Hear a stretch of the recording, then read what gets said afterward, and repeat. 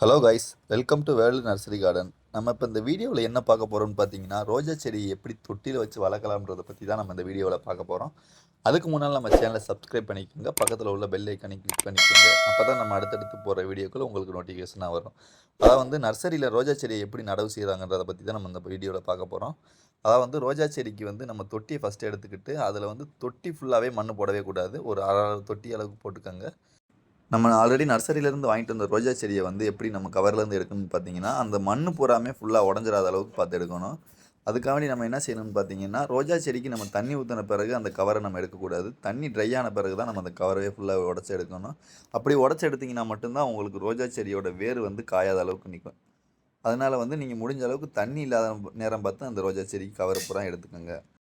அதுக்கப்புறம் பார்த்தீங்கன்னா, ரோஜா செடியில் காஞ்ச இலைகள் ஏதாவது இருந்தால் அதையும் ஃபுல்லாகவே கட் பண்ணி எடுத்துருங்க. அடியில் காஞ்ச இலை இருந்தாலும் சரி, குச்சிகள் மாதிரி ஏதாவது இருந்தாலும் அதை கட் பண்ணி ஃபுல்லாகவே எடுத்துருங்க. அது மட்டும் இல்லாமல் ரோஜா செடியில் காஞ்ச இலைகள் ஏதாவது இருந்தாலும் நீங்கள் கட் பண்ணி ஃபுல்லாகவே எடுத்துருங்க. அது மட்டும் இல்லாமல் பூக்கள் இருந்தால் கூட அதை நம்ம ஃபுல்லாக கட் பண்ணி எடுத்துடணும். அப்படி பூக்களை பூரா நம்ம கட் பண்ணி எடுக்க தான் பூக்களுமே அதிகமாக பூக்கள் பூக்கும். நம்ம ஆல்ரெடி கட் பண்ணி வச்சுருக்கிற ரோஜா செடியை எடுத்து நம்ம ஆல்ரெடி பாதி அளவு தொட்டியில் மண் போட்டு வச்சுருப்போம். அந்த அளவுலேயே நம்ம அந்த ரோஜா செடியெல்லாம் வச்சுக்கிறணும். அதுக்கு முன்னால் மண் கலவை என்ன நம்ம இதில் போட்டிருக்கோம்னு பார்த்தீங்கன்னா, ஆல்ரெடி நம்ம எருவு கலந்த மண் தான் இது பூராமே இருக்குது.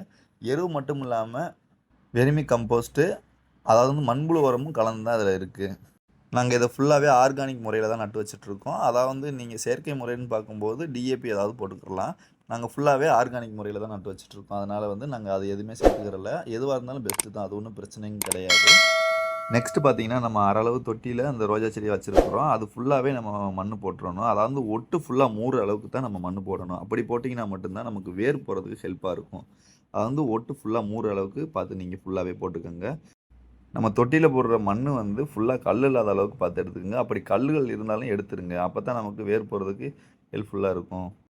நம்ம தொட்டியில் போட்டிருக்க மண் பார்த்தீங்கன்னா, 1 இன்ச் அளவுக்கு மண் கம்மியாக தான் இருக்கணும். அப்போ தான் வந்து நம்ம ஊற்றுற தண்ணி வந்து தொட்டியில் வந்து தண்ணி தேங்கி நின்று ஃபுல்லாக ட்ரை ஆகிறதுக்கும் அது அப்போ தான் ஹெல்ப்ஃபுல்லாக இருக்கும். அதனால் வந்து 1 இன்ச் அளவுக்கு கம்மியாக போட்டுக்கோங்க மண் வந்து. இப்போ நம்ம பார்த்துட்டு இருக்கிற ரோஜா செடி வந்து ஒரு 2 மந்த்க்கு முன்னால் நட்டு வச்சிருக்கிற ரோஜா செடி. இதில் பார்த்தீங்கன்னா தெரியும் உங்களுக்கு எவ்வளோ துளிர் விட்டு பூக்களுமே எவ்வளோ அதிகமாக இருக்குன்றது உங்களுக்கு தெரியும். இந்த சிம்பிள் மெத்தடை நீங்கள் ஃபாலோ பண்ணிட்டு வந்தாலே நர்சரியில் எப்படி ரோஜா செடிகள் கொத்து கொத்தாக பூக்கள் பூக்குதோ அதே மாதிரி நம்ம வீட்லேயும் கொத்து கொத்தாக பூக்கள் பூக்க வைக்கலாம். இதை நீங்கள் ஃபாலோ பண்ணிட்டு வந்தாலே போதுமானது.